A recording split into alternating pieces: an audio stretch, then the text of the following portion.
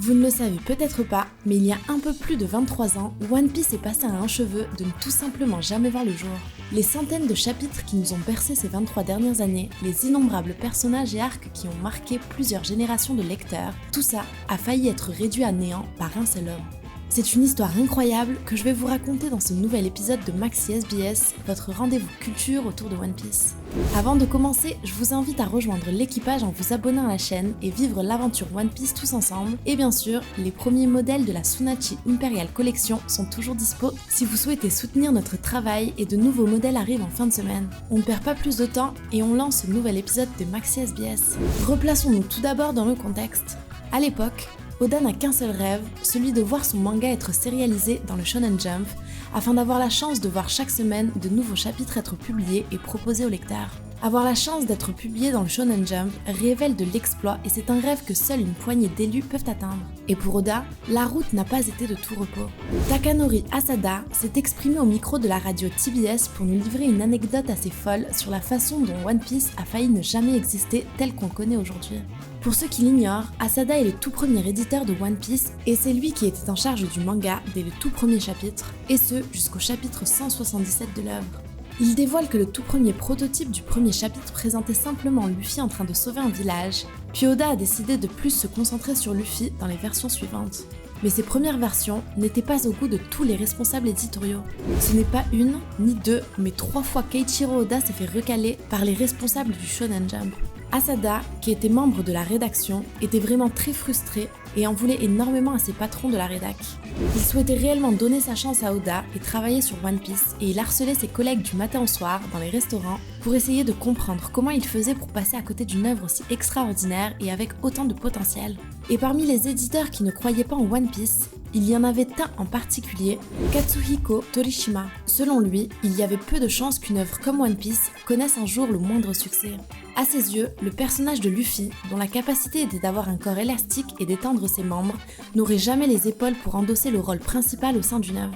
En 2015, lors d'un show télévisé, il a déclaré qu'à ses yeux, les mangas qui ne se vendaient pas bien sont des déchets pour les éditeurs, et c'est un risque qu'il ne souhaitait pas prendre avec One Piece.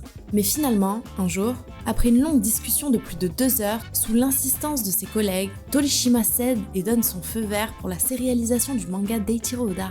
Pour ceux qui l'ignorent, Torishima est une véritable légende parmi les éditeurs de manga. Éditeur en chef du Shonen Jump de 1996 à 2001, il est aussi l'une des figures majeures qui se cachent derrière le succès de Dragon Ball.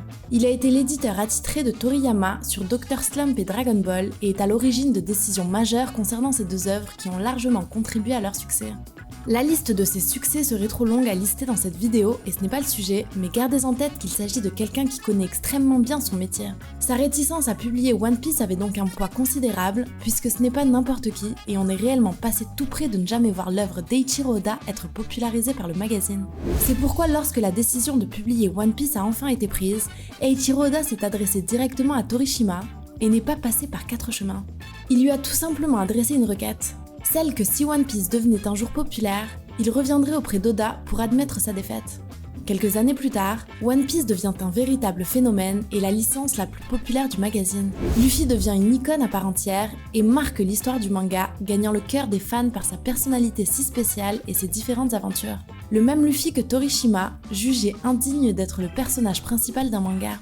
C'est alors qu'arrive une fête de fin d'année, dans laquelle étaient présents plusieurs grandes figures du manga et au cours de laquelle Torishima et Oda vont se croiser. Kazuhiko Torishima, qui est bon perdant, ira le voir pour admettre sa défaite face à face et lui demander s'il était satisfait.